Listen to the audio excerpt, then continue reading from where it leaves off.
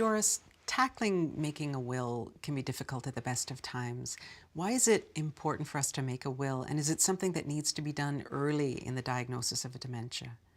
It's so important to create the will in the early stages because you can't sign a will after you lose capacity.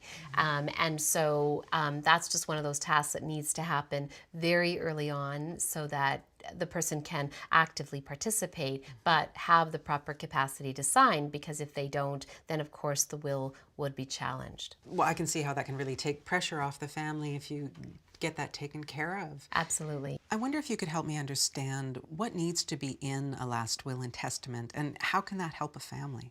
So, the will has sort of two big parts. It's going to have someone to be appointed to take care of things. That's the executor. And then the second is sort of how are you going to distribute property. So first of all, the executor is the person who's going to take charge right from the time someone dies. And when you don't have an executor, it really leaves the family in turmoil. So when somebody dies, it doesn't matter if they've died after a long dementia and everyone says, oh, it's maybe for the best. It's still a terrible grieving time. You're still losing a parent or losing a spouse. And so a family's in turmoil. And if there's no executor, it encourages bossy people to kind of step up to the plate, or people to do things that they shouldn't do, because there's no one who's been appointed as the boss. It's kind of like trying to play a complicated game like football without a referee. And so that's one of the most important things. When people say to me, I don't think I need a will because I think I only have debt and nobody wants that, I say, but the reason you want one is because now you can appoint an executor, and so there aren't any of those concerns. Now we know who's going to plan the funeral and take care of things and be in charge, and people will respect your choice of executor, right? So you've now chosen the boss and they'll respect that. So I would say that's probably one of the most important things that can help your family, is by choosing that executor. Then the second part is, so who is going to get your stuff? And you need to have some good decisions about who's going to get it and how they're going to get it. So it's not good enough to say, so my children can have an equal share of my estate. That's fine with respect to, money and that kind of thing. But you also need to be detailed about, so who's going to get your wedding ring and who's going to get the grandfather clock?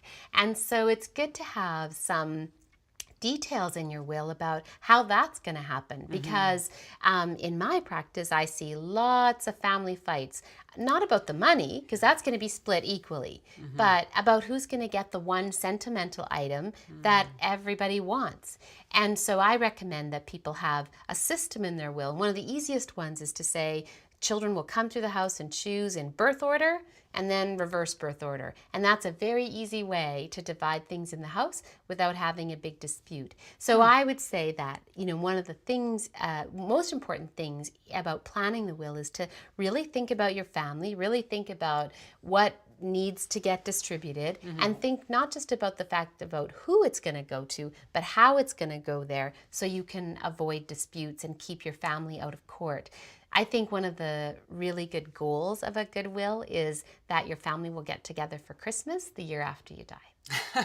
That's a huge help. Yeah. Yes. I know that a will needs someone to carry out your wishes. Can you talk about that? So the executor is the person who carries out your wishes.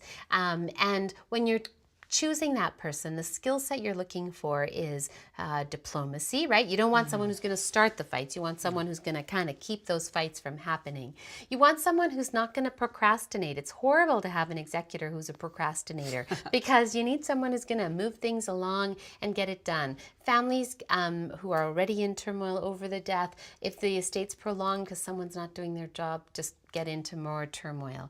So that executor is someone who will carry out things, and someone who has some basic understanding of finances, right? So they will have to file tax returns, gather in assets, they'll invest them until they're distributed. They have to apply for a grant of probate, so they probably have to interact with lawyers. So you have to pick someone who isn't going to be intimidated by taking all of those steps.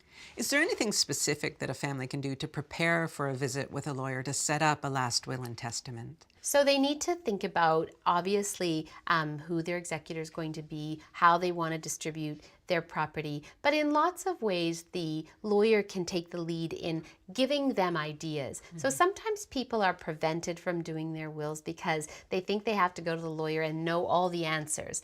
But my view is that you just need to go to the lawyer with what your goals are, what you want to achieve, and have, if you pick a good estate lawyer, have that estate lawyer lead you through that and give you some ideas about how you can achieve that.